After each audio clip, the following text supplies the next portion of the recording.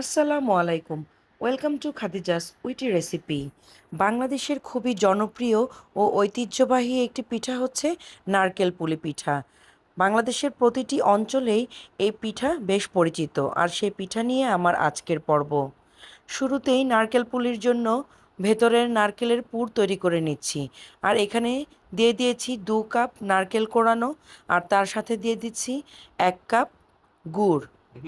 গুড়টাকে আমি জাল করে নিয়েছিলাম। আপনারা আপনাদের পছন্দ অনুযায়ী মিষ্টি কম বেশি করে দিয়ে নিতে পারেন। আর এর সাথে দিয়ে দিচ্ছি এলাচ, দারচিনি ও তেজপাতা পরিমাণ মতো। এবার সবগুলো উপকরণ ভালোভাবে নেড়েচেড়ে মিক্সড করে চুলায় 5 থেকে 7 মিনিটের জন্য কুক হতে দিব। আর এরপর দিয়ে দিব এলাচ গুঁড়া স্বাদ মতো। নারকেলের এই পুরটাতে আপনারা চাইলে যে কোনো বাদাম, খোয়া অথবা গুঁড়া দুধও ইউজ করতে পারেন। এতে করে টেস্ট আরও এনহ্যান্স হবে। নারকেলের পুর রেডি, একটা সাইডে সরিয়ে রাখছি। এবারে চুলায় একটা প্যান বসিয়ে এতে দিয়ে দিচ্ছি 2 কাপ পানি ও পরিমাণ মতো লবণ দিয়ে এই পানিটাকে ফুটে আসা পর্যন্ত অপেক্ষা করব। পানি ফুটে উঠেছে, এখন এতে দিয়ে দিচ্ছি 1 টেবিল চামচ ঘি।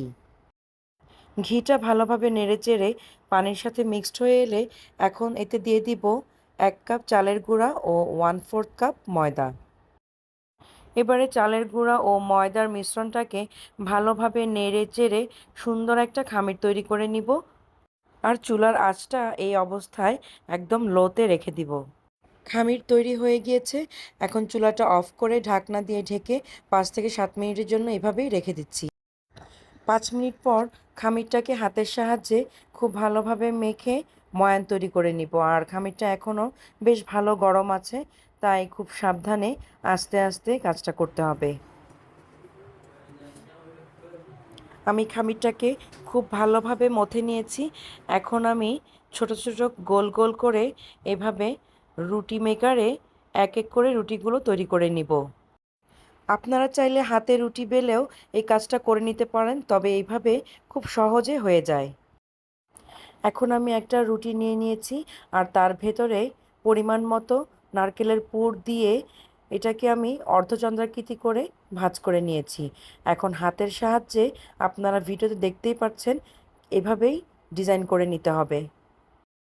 Practice makes a man perfect. তাই যত বেশি আপনারা এটা প্র্যাকটিস করবেন, ততই সুন্দর হবে নারকেল পুলির এই বর্ডারটা। আর নারকেল পুলির এই বর্ডার অনেক রকমের, অনেক ডিজাইনই হয়ে থাকে, তবে এই ডিজাইনটাই আমার খুবই পছন্দের, আর ট্রেডিশনাল তো বটেই। এভাবে আমি এক এক করে সবগুলো নারকেল পুলি বানিয়ে নিচ্ছি।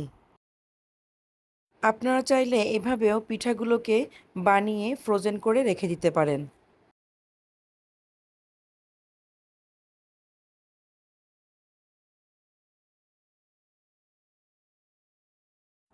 সবগুলো নারকেল পুলি আমার বানানো হয়ে গিয়েছে। এখন এগুলোকে ভাজতে চলে যাব। চুলায় একটা লোহার কড়াই নিয়ে নিয়েছি, আর তাতেই তেল দিয়ে দিয়েছি। তেলটা ভালোভাবে গরম হয়ে এসেছে, এখন আমি এক এক করে পিঠাগুলো ছেড়ে দিচ্ছি। আর চুলার আঁচটা থাকবে মিডিয়াম টু লো হিটে। পিঠা ভাজার এই কাজটা খুব সাবধানে করতে হবে।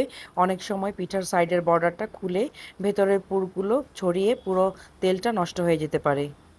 পিঠাগুলো এক সাইড ভাজা হয়ে গিয়েছে, এখন এগুলোকে উল্টে অন্য সাইডটাও ভেজে নিচ্ছি। পিঠাগুলো ভাজতে মোটামুটি 7-8 মিনিট টাইম লাগবে। আমার পিঠাগুলো ভাজা হয়ে গিয়েছে, এখন এক এক করে তুলে টিস্যুর উপরে নিয়ে নিচ্ছি।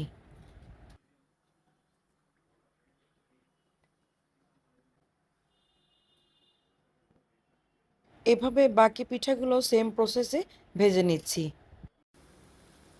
এই পুলি পিঠাগুলোকে আপনারা চাইলে তেলে ফ্রাই না করে স্টিম করেও নিতে পারেন। খেতে কিন্তু অসাধারণ লাগে।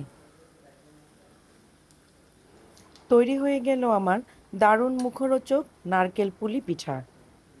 আপনারা চাইলে এই পিঠাটিকে গুড়ের পরিবর্তে চিনি দিয়েও তৈরি করে নিতে পারেন। আমি একটা পিঠার ভেতরটা আপনাদেরকে দেখাচ্ছি কেমন হয়েছে। আমার আজকের রেসিপিটি আপনাদের কেমন লেগেছে আপনারা অবশ্যই কমেন্ট বক্সে জানাবেন।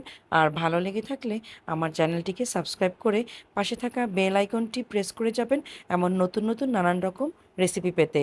আর যারা আমার এফবি পেজ থেকে দেখছেন তারা অবশ্যই আমার পেজে একটা ফলো দিয়ে লাইক দিয়ে ফ্রেন্ডস অ্যান্ড ফ্যামিলির মাঝে শেয়ার করে দিবেন। আল্লাহ হাফেজ।